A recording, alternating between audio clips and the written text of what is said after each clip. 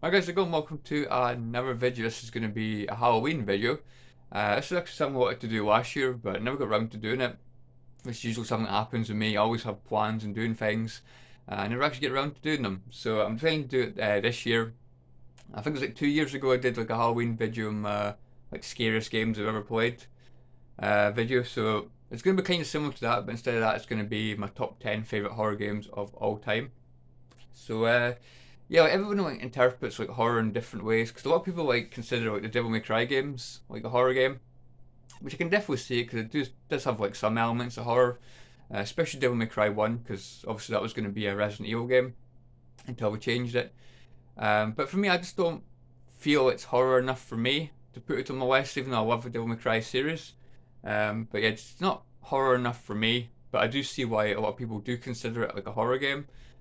Same with the Bioshock games, especially like Bioshock 1 and 2, because a lot of people consider those like horror games because they do have some like jump scares and things, but I don't know, for me, it never felt like too much like a horror game to me. It's just like a very beautiful looking like action game with amazing like environments and things. Same with like Ghouls and Ghosts, Super Ghouls and Ghosts, and the two Maximal games on PS2. I love those games as well. And again, horror elements because you're fighting like zombies and you're in graveyards and things. You're fighting ghouls. But I don't know. For me, they're more just like action shooter hack and slash kind of games, um, rather than horror for me. Even though they do, like, again, they do have some elements, and also the medieval games on PS1. I absolutely love those games. But again, for me, I feel more like hack and slash, like adventure games, with zombies and things. But yeah, so some people do consider those games like horror, but they're not for me. So I've went with 10 here that I consider to be horror games, and no particular order apart from the first one, which is my favourite game of all time, which just happens to be a horror game. Resident Evil 3 Nemesis. Absolutely love this game. As I've mentioned many, many times, I'm not going to talk about this one too much. Everybody knows how I feel about this game. It's my favourite game of all time. I do feel like Resident Evil 1 and 2 are probably scarier in this game. It's more like an action. It's more action packed than the previous games, but it's still a horror game. It's still my favourite one. So absolutely love that game to death. Also forgot to mention I'm only including one game per franchise, or all be Resident Evil. Well, at least five probably would be Resident Evil. Wait, Resident Evil 1, 2, 3, 4. Probably Resident Evil 3 remake and Resident Evil 2 remake as well. So yeah, it would dominate. But yeah, we're not having that. Right, next one we have is another obviously amazing like franchise for horror, and it's Silent Hill, and I've went with Silent Hill 2. I'm getting pretty close as well because I do absolutely love like Silent Hill 3. It's a phenomenal game. But yeah, Silent Hill 2 takes it from me. I just prefer like the environments. I prefer the characters and story in Silent Hill 2. I just think it's got the best like atmosphere. Even though Silent Hill 3 does it amazing as well. But yeah, I just love James, like Maria, Angela, Eddie. They're all amazing characters. Laura. Um, yeah, amazing characters. What can I say? It's Silent Hill 2. Everyone absolutely raves about it, and for good reason. It's an absolute masterpiece.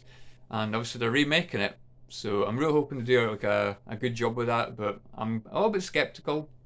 So I think the only thing that could improve in Silent Hill 2 is the gameplay, because the gameplay is not great. Um, See, that's really the only thing. I just can't see them improving on the characters or the story or the atmosphere. But yeah, if they can improve the gameplay, I'll be happy. But that's really the only thing they can improve for me. Next one is one I'm actually currently playing through. I've beaten this game twice before, and I'm playing through it for a third time. Evil Within 2, which is again a great, absolute great game. Great atmosphere.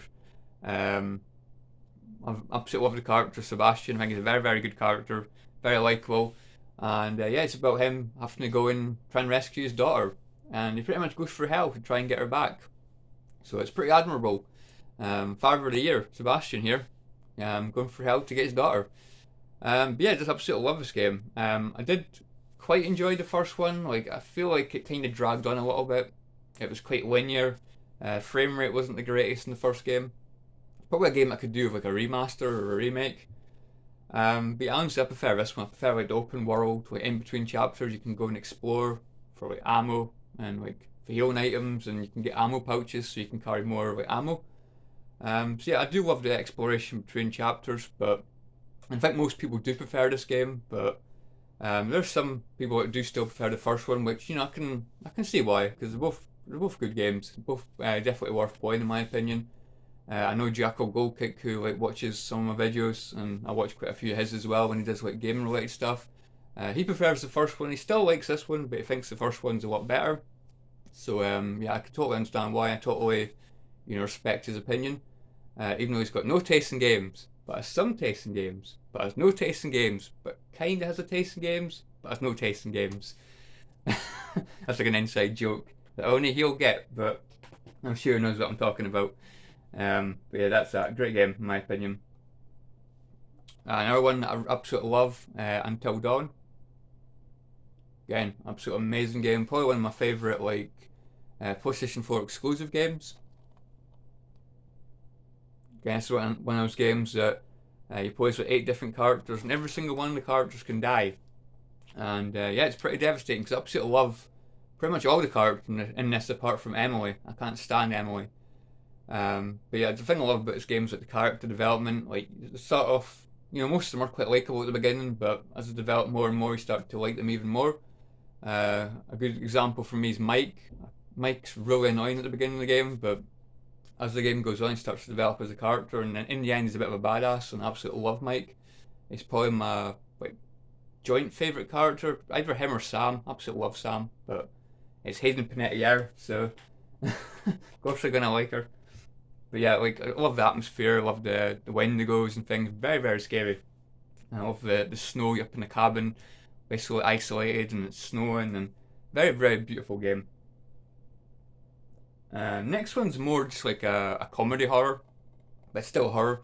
Lollipop Chainsaw, which I believe is getting a remake, which I'm very very happy about in a way. But obviously we've got a main character that's very like sexualized, so I don't know how that's gonna work in like modern society. But maybe they'll tone it down. Maybe they'll have her like wearing a garbage bag on her instead of a skirt. I don't know. But yeah, I just absolutely love the humour in this game. It's very, very good. Love the main character, Juliet. Playing as a hot chick with a chainsaw, just absolutely wrecking zombies with it. Very, very like brutal game.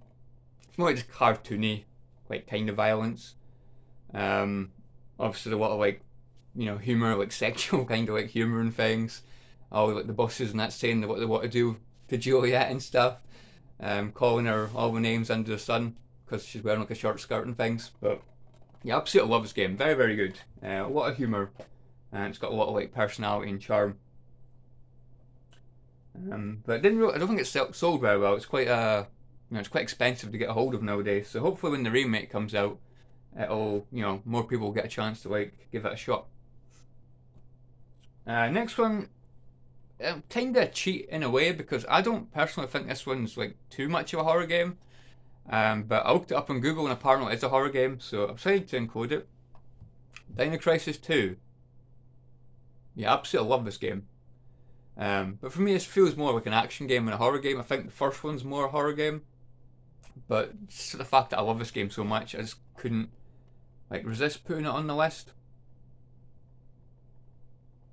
So yeah, like definitely more action packed because obviously the first one felt more like Resident Evil. It was more like a survival horror game. This is more like an action, arcadey almost gameplay style. He's going through areas like destroying like tons of dinosaurs, trying to rack together combos so you get more extinction points, and use that to like buy more weapons, and you can like upgrade your capacity for your weapons.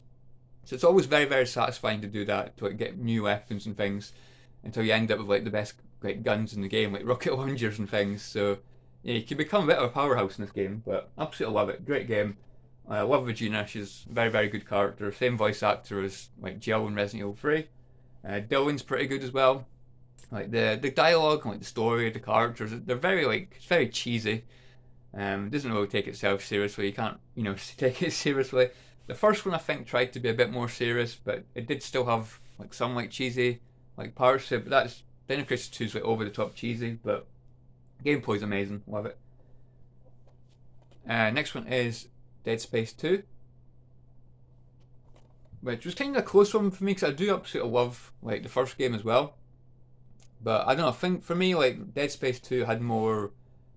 I just think it had more like more enemy variety. Like it had like a better main character because in the first game Isaac's like a silent protagonist, which some people like, but I'm personally not a big fan of like main characters who are silent. I think like obviously I had no lines of dialogue in the first game. We just had like a few like I don't know like expressions I guess because you can't see his face for that because he's got like a mask on for the throughout the whole first game. But I always like he did that at one point. That was like one of the only like bits of emotion that he showed in the first game. But this you actually see his face. He's got a voice actor, and for me, he's more a likable character. Yeah, Dead Space 2, absolutely amazing. Like the xenomorphs are really, really trippy. It does rely quite heavily on like jump scares, like bleh. But yeah, I love it. I think it's absolutely like tremendous. For me, they do get a little bit predictable after a while with jump scares, but I still absolutely love the game. And the next one is it's not actually this game that I'm going to show, but it is Splatterhouse 2 for the Sega Mega Drive. So I'm going to hold up this just for the fact that Silent Hill. I didn't call it Silent Hill, did I? I might have done. Yeah, Splatterhouse 2 is actually an unlockable in this game. You get like to a certain part in the campaign and you unlock Splatterhouse 2. You get Splatterhouse 1, 2, and 3 as unlockables, but I like Splatterhouse 1 as well. Didn't really like Splatterhouse 3. It was more like a beat 'em up game. Just didn't get far into it. Didn't really enjoy it too much. But Splatterhouse 2 for me was amazing. Absolutely loved Splatterhouse 2. I remember playing it at my auntie's when I was younger because she had the game. I never actually owned it for myself, but I grew up playing it on like emulators and things. And when I heard Splatterhouse 2 was basically unlockable in that game, it gave me more an incentive to get that game because this game didn't really, it didn't get a good reception. A lot of people didn't like this game, but I think this game's pretty decent. But it's not this game that I like as much as like Splatterhouse 2. Splatterhouse 2 is like a phenomenal game. It's like a beat 'em up. Well, not a beat 'em up. It's a side-scrolling like action game with like a lot of like trippy environments and things. I love how you like punch monsters and just splatter basically. Very gory. Love the monster designs. They're very very creepy. Music's phenomenal. Love Splatterhouse 2. Next one is Haunting Ground. Another extremely expensive game to get a hold of. We absolutely love Haunting Ground. This was going to be a Clock Tower game, I believe, but they changed it to Haunting Ground. Yeah, absolutely phenomenal. Absolutely love this game. Love the atmosphere. Love the characters and the villains. You play Fiona. You got your dog there, Huey. Who you meet, and basically he's like one of your only like ways to defend yourself because he like bites enemies and like distracts enemies while you run away and try and hide. So yeah, not a very like combat heavy game. You do make bombs and things that you can craft, but most of the time you're just going to be running away from enemies and hiding. So I love that aspect of the game. It's very very creepy, very very tense game because you can die like really really easily. Yeah, absolutely phenomenal. Story's quite disturbing because you've got stalkers and psychopaths like chasing after a girl with a short skirt on. So you know how that's going to turn out, don't you? I'm not going to go into it. And the last game is The Last of Us Remastered. Because, why not? I don't really need to talk about this one too much because everybody's already like praised this game to high heaven. And yeah, I can't really add anything to it. It's an absolute masterpiece of a game.